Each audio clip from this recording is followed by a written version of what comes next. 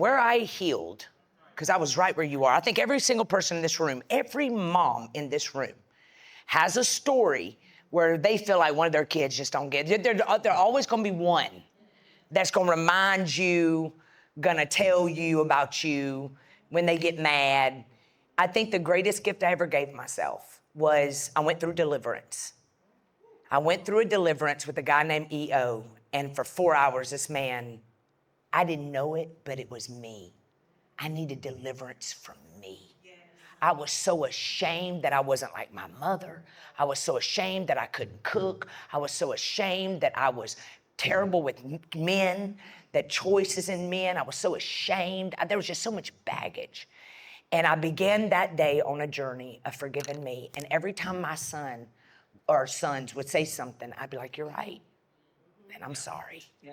I never said anything. I never rebutted them. I never was like, but you don't understand. Never. I was like, you're right. And I'm sorry. And now my boys are so proud of me. When just 11 years ago, I was in her house, driving with one eye, drunk, home. And now they're getting to watch their mom. I ain't got to explain it no more. Because if God's really going to fight my battles, I got to get out of his way. And so for you, sis, you came here. God already forgave you.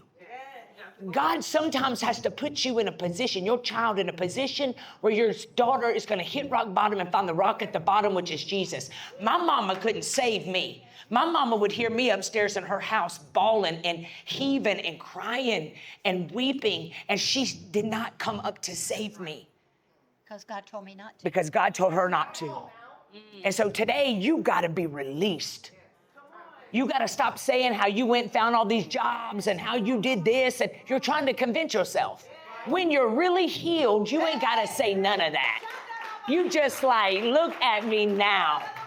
I created all 5 of you. Y'all 5 are healthy and strong. I did it as a single mom. I would just simply say, I have 5 kids at 26. Won't he do it?